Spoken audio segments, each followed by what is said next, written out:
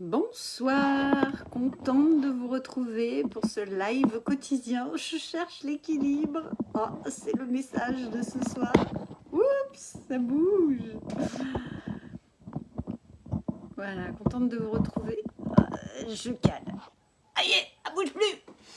Contente de vous retrouver pour ce live quotidien, un live par jour pendant 365 jours. Un live de partage, de prise de résonance, d'un espace commun pour prendre conscience un peu de schémas, de fonctionnements dans lesquels parfois nous avons tendance à nous enfermer et qui pourraient être tellement libérateurs quand il y a déjà cette conscience et après ce choix, cette décision de changer et de faire autrement. Alors pour ceux qui ne me connaissent pas, je suis Julie Girard, coach d'affaires au service de la qualité de vie du dirigeant et de ses équipes. Et aujourd'hui, j'ai envie de vous parler de communication. Coucou Philippe. Ça fait partie des discussions de la journée et notamment dans un... Alors, il y a un domaine que j'accompagne de manière plus récurrente, qui est le domaine du BTP. Coucou Jean-Louis, super de te voir en direct. Donc dans le sujet du soir, voilà, le partage du jour, c'est autour de la communication et bien souvent justement j'en discutais aujourd'hui dans le domaine de la QSE, mais avec des conducteurs de travaux, des directeurs d'exploitation par rapport aux équipes terrain. Bien souvent, les problèmes de communication viennent parce que chacun regarde la situation sous son angle et non pas sous l'angle de l'autre.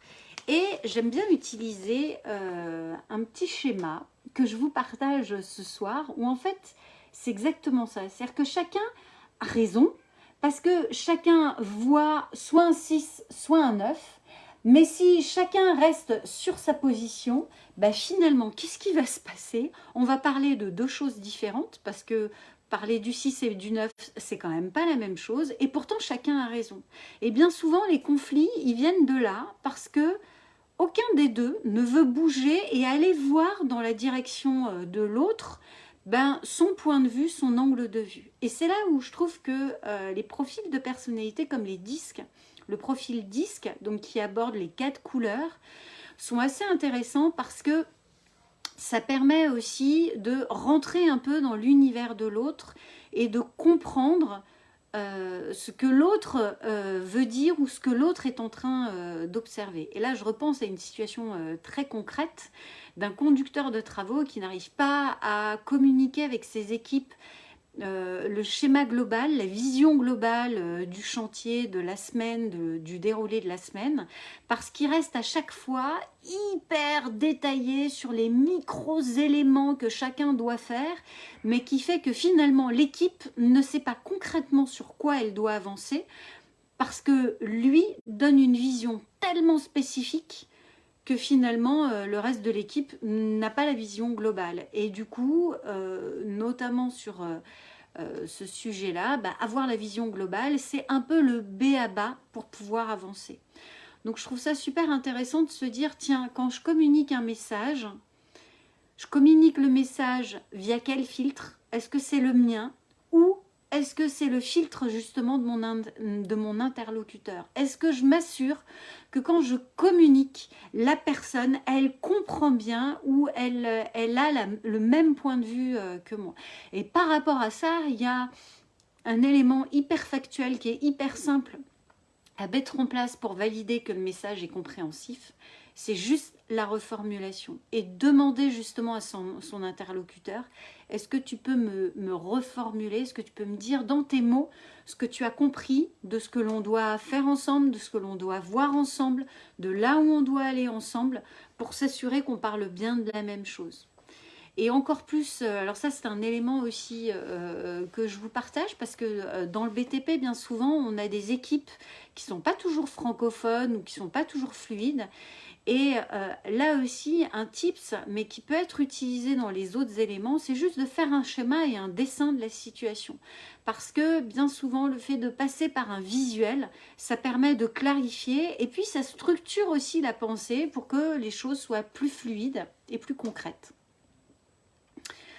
Voilà pour le partage du jour. Comment, quand finalement il y a un petit frottement au niveau de la communication, c'est je respire un bon coup et je viens valider qu'on parle bien de la même chose parce que parfois ça peut même arriver par mail. Hein, parfois on communique par mail au lieu de prendre le téléphone et de se dire les choses de manière concrète parce qu'en fait on s'aperçoit qu'on ne parle pas de la même chose.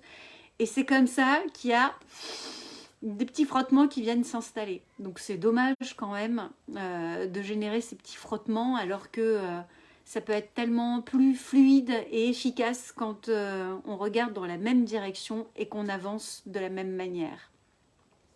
Dites-moi comment ça a fait écho chez vous, si ce sont des choses que vous observez aussi dans votre manière d'interagir avec vos équipes, avec vos partenaires, si c'est un point de vigilance que vous avez ou que vous apprenez aussi à dompter, parce que c'est pas toujours évident en vrai de prendre le temps de se dire tiens, ça frotte, stop.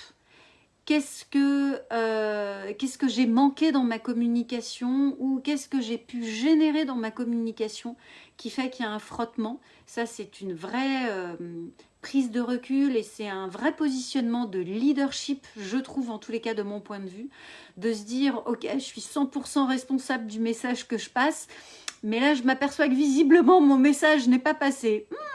Intéressant. Comment je peux le faire passer différemment ? Plutôt que de se mettre en mode victime et de dire ouais c'est un gros parce qu'il n'a pas compris ce que je voulais dire ou une grosse parce que elle n'a pas compris ou elle n'a pas fait ce que je demandais. Ben non, c'est peut-être intéressant de se dire tiens, comment je peux faire passer mes messages autrement pour m'assurer qu'effectivement le message génère l'action ou le résultat qui va permettre de faire avancer, que ce soit dans le cadre entrepreneurial, mais aussi dans le cadre personnel, parce que c'est aussi des sujets qui peuvent arriver dans la sphère personnelle. Grand merci à vous de votre présence, de votre écoute, de ce temps que vous vous accordez aussi finalement à travers ces capsules pour vous poser, vous dire tiens, intéressant ce qui est dit là, je l'ai vécu il n'y a pas si longtemps ou j'en ai pris conscience. Et voilà comment maintenant je vais faire attention dans ma communication à me rappeler que on ne communique pas tous de la même manière. Hein. On se rappelle que voilà, les deux parties ont raison. Mais si je ne m'assure pas qu'on regarde ou le 6 ou le 9, on peut longtemps se prendre le chou. Alors qu'en plus, tous les deux, on a bien raison. Donc l'idée, c'est vraiment de regarder dans la même direction. Grand merci à vous. Je vous souhaite une magnifique soirée et je vous dis à demain. Bye bye. Merci Jean-Louis.